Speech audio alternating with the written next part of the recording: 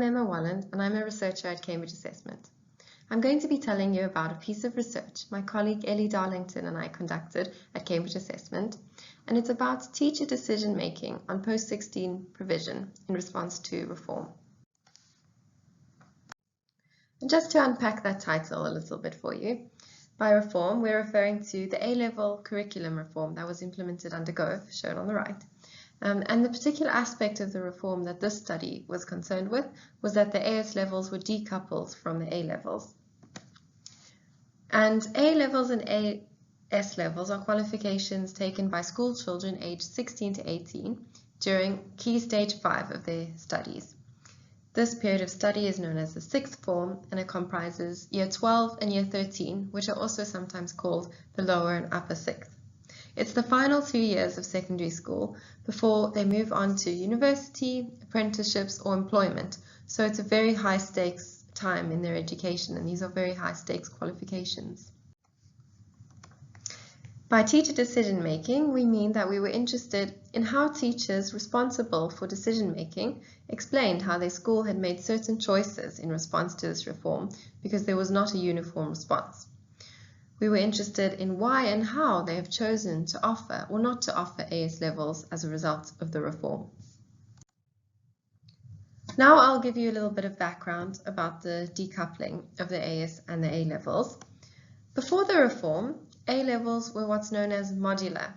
So this meant that halfway through studies, students sat AS level examinations, and at the end they sat A level examinations, which were sometimes referred to as A2. And in this system, the AS level counted 50% towards the A level grade. So in essence, AS plus A2 equals A level.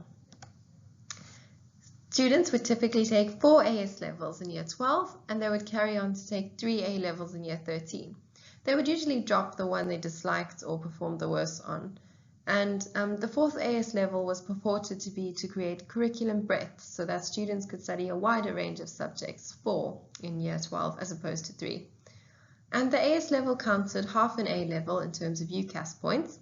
And now UCAS points are a tariff point score system. Each qualification is allocated one, and universities often use them for admission decisions. After the reform, now the AS level is a standalone qualification, so it no longer contributes towards the final A level grade, but it can still be taken. And A levels are now what's known as linear, which means that the 2 years of content is assessed at the end of the qualification. So the AS and the A2 no longer equals the A level. The AS level was also devalued in terms of the UCAS points it attracts, so it's now 40% of an A level as opposed to 50%. So you might ask, why keep AS levels at all? And the reason that was stated is for curriculum breadth and for progression. Now let's look at the motivation for the reform, well, the one that was stated at least. So it was argued that a linear system, rather than a modular system, would promote synoptic learning. And this is when students are able to study a subject in greater depth, and they can make links and connections between the different subtopics within a subject. And there are several references which explain this. And this is an example of a cyclical reform, because A levels used to be linear in the past, and this latest reform represents a return back to linearity. When and how did the reform take place? So it took place in 3 different phases for 3 different subject groups from 2015 to 2017. And it's an example of an external reform, also known as top-down or mandated change in the educational change literature. It means that it's driven by the government and passed down to schools, in contrast with internal or bottom-up change, which would originate within a school. And at grassroots level, schools and teachers face the challenge of implementing these reforms set from above. But in this case, there was some room for choice and flexibility in how to implement the reform, but this is not always the case. Often, mandated change results in resistance, as the meaning of the change for the teachers or the burdens that it may place on them may not be thoroughly considered by policymakers. Since the reform, AS level entries have been in decline. However, Previous and contemporaneous research studies have found that there was no uniform entry approach, and there were still large numbers of students taking AS levels in a variety of ways. Our research extends this by exploring possible reasons for the divergent approaches to AS level provision and looking at this through a theoretical lens. So we consider the different factors that influence decision-making and the particular challenges and complexities experienced by schools during this reform.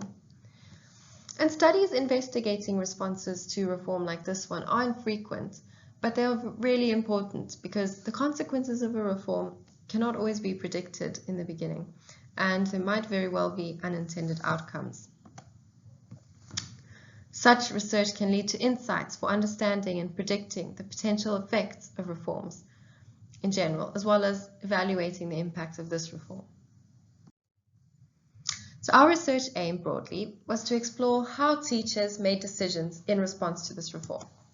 So whether they were still offering the AS levels or not, and in which cases and why, and how did different factors weigh into their decisions, and what were their rationales for new provision choices. And we wanted to understand this through a theoretical lens. Our method was that we interviewed 11 teachers involved in decision-making at schools across England, and we did semi-structured, in-depth telephone interviews in spring and summer of 2018, after all 3 of the subject groups had been reformed for first teaching. And we recruited participants from a range of school types and locations. They were all state-funded, mostly mixed gender, mostly non-selective, and they ranged from 800 to 2,000 students. And we analyzed the interview transcripts using thematic content analysis in the style of Braun and Clark. And we then analyzed the data through the lens of decision-making theories and educational change literature. And this was done on Max QDA 2018. The 2 theoretical frameworks that best explained our data was utilitarianism and bounded rationality. So I'll start by explaining both of these theories briefly before I present the results. Utilitarianism is based on the ethical philosophy that the best course of action is the one that benefits the greatest number of people. It's a teleological theory, which means that decisions driven by utilitarianism focus on consequences and outcomes of decisions and whether they provide benefit or cause harm. So a utilitarian approach to education would focus on the outcomes for key stakeholders, and the decisions are made with the aim of maximizing benefit for stakeholders. Bounded rationality is a decision-making approach from behavioral economics, and it states that while people strive to make logical and rational decisions, they are bounded by various things such as their own cognitive limitations, the availability of information, and their context. And behavior is driven towards achieving goals, according to this theory, which are based on a person's assessment of a situation, which is within the limits set by the conditions and constraints. And differences in choices can therefore result from differences in how people perceive and understand the same phenomenon. So together with insights from educational change literature, these 2 theories gave us a really in-depth understanding of how decisions had been taken in response to this reform and what the resulting impacts may have been. Moving on now to our findings. Participants had adopted one of 2 different responses to the reform, and this was in line with previous and contemporaneous research studies with larger numbers of participants. And the 2 responses were firstly what we've called the safety net approach. And this approach was to offer the AS level in an ad hoc manner, so not to all students, but just as a safety net to support lower attaining students. Students who were struggling, for example, and looked like they might not achieve a full A level, they were given the opportunity to sit an AS level instead, so at least they would leave with something. So that's the first approach, the safety net approach. The second approach is that some schools took is that they maintained pre-reform patterns. So they maintained the same provision patterns that they had practiced prior to the reform, which, as I mentioned earlier, was typically the 4 AS levels in year 12 and the 3 A levels in year 13. And this was even though the AS level no longer counted toward the A level. And so in some cases, this response might have only been temporary, as some of our data will show, and there were also a few nuances in this approach. But these two approaches are important because I'm going to explain our findings through the theoretical frameworks in each of these responses separately.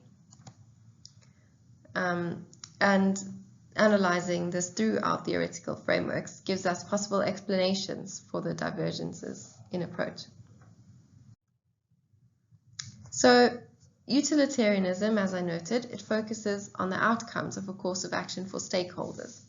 And so during our interviews, the key stakeholders that came up were students, higher education, employers, teachers, and school leaders.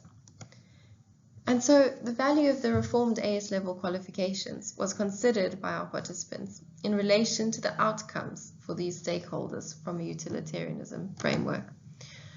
And broadly, at times, it was that the needs of different stakeholders were in tension, which led to teachers having to choose a course of action that might benefit some stakeholders at the expense of others. And they also sometimes had to make difficult trade-offs between practical and pedagogical outcomes.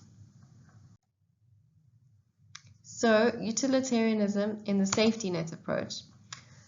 For those who opted for the safety net approach, which is keeping the AS levels only for some students and reducing AS levels for all other students, the main reason was the high financial cost to the school if they had to offer the AS levels to everyone. For example, participant 4 said, for a college of our size, the financial cost of offering AS levels to all would have been prohibitive. Another main factor that arose in our data was the issues with co-teachability. So teachers reported that they found it very challenging to try to teach the decoupled AS level and the A level together in the same class. So they were going to have to adapt their teaching or have extra classes to fit in their extra content, and this was very logistically challenging. So for example, this participant said, we were going to offer AS levels for a very long time, and then part of it was just that the ASs don't embed into the A levels very well. We were always told that they would, and then they just don't. So it was interesting to note that schools that took this approach, offering AS levels in an ad hoc manner, did this despite the fact that it might not have aligned with their pedagogical values. What arose in our interviews was that many teachers actually preferred the modular system prior to reform, and they would have liked to replicate it post-reform. They found it very useful pedagogically to provide feedback and motivation. So we found that the reform might have led to a tension between their practical realities and their pedagogical views, which could have contributed to a difficult change process because pedagogically speaking, they really valued their AS levels, but practically, because of the co-teaching and the cost, they just really couldn't justify it. And this quote illustrates this nicely. I think if it were cheaper and if we had more money and if the exams were co-teachable, my preference would be to have always done an AS level. It was a good indicator for students and staff about what they needed to do, and it's quite late to learn those lessons after 2 years for some. The AS levels were a very useful early gatekeeping or early warning experience for students.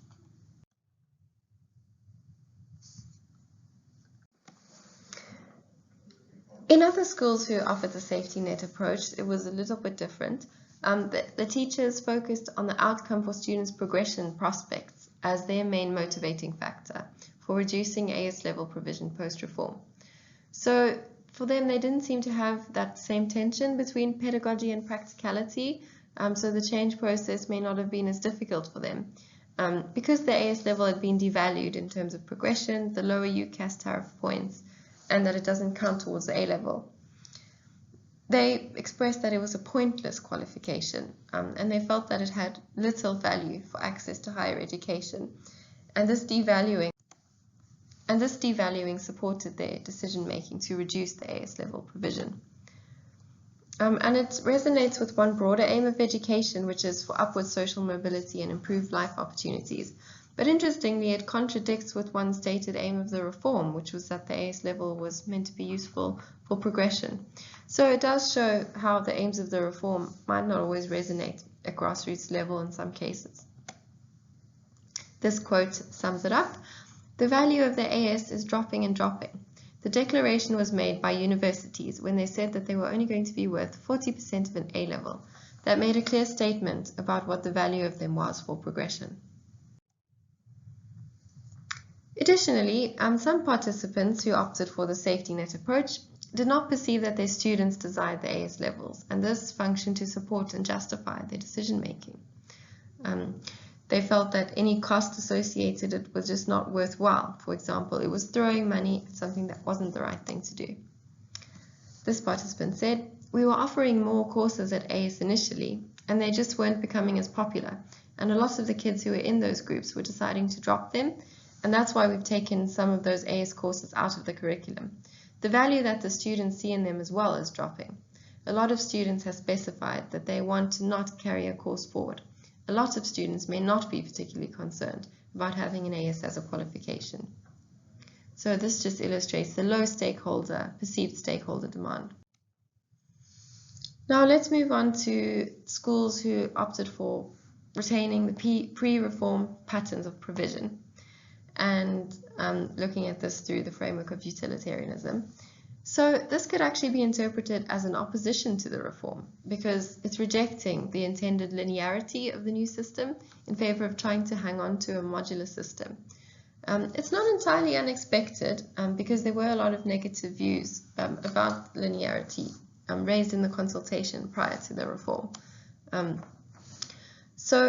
the reason why these participants reported keeping AS levels for everyone is because they saw the benefits for teachers and students in terms of feedback, grade prediction, motivation, as mentioned by previous participants, but they either felt that the financial cost was worthwhile or they had the financial resources to back this up.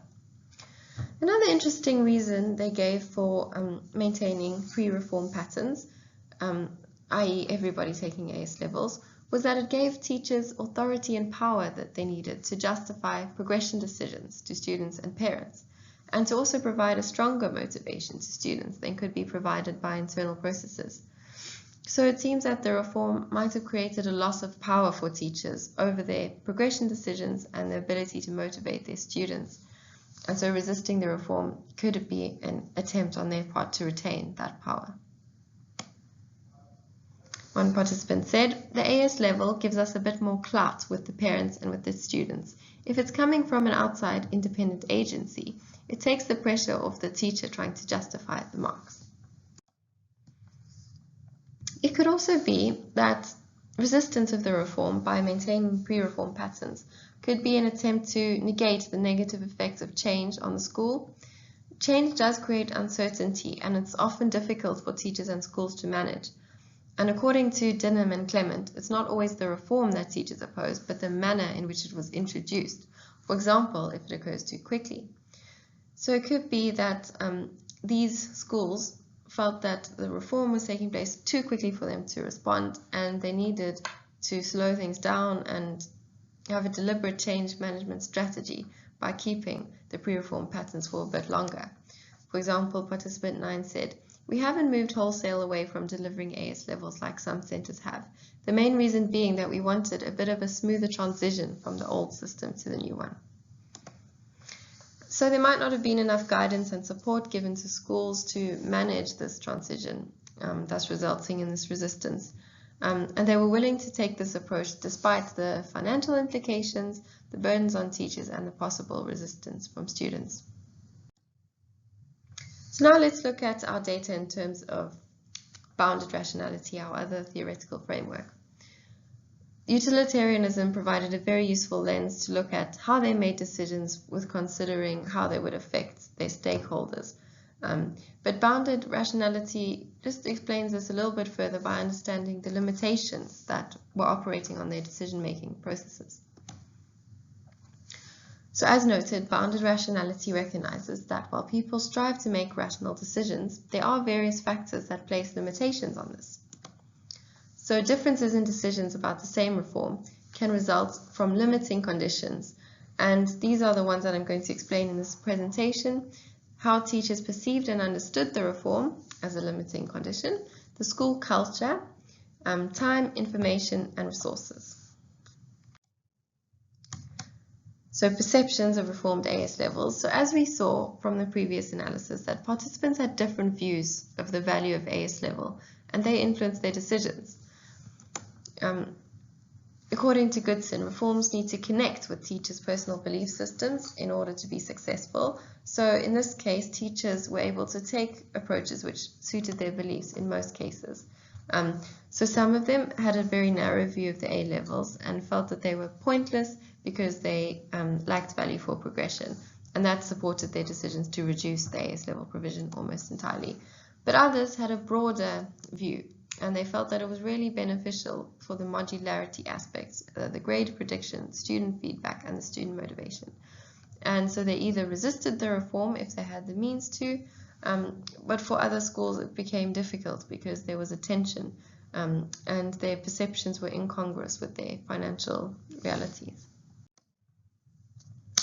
And another limiting factor is school culture. So the culture at the school and perhaps at the wider school community could have influenced how the reforms were implemented. So for example, we saw in the one case how teachers might have felt a lack of power against students and parents, and so they needed an externally delivered qualification to justify their decisions. And attitudes to change could also be a limiting cultural factor. So as we saw, some teachers may have been more hesitant about the change, wanting a smoother transition period, whereas others might have been more keen to adopt the change quicker. And lastly, time, information, and resources. So schools' teaching and financial resources were a constraint because they had issues with co-teachability, and they also noted the high financial cost of delivering AS levels.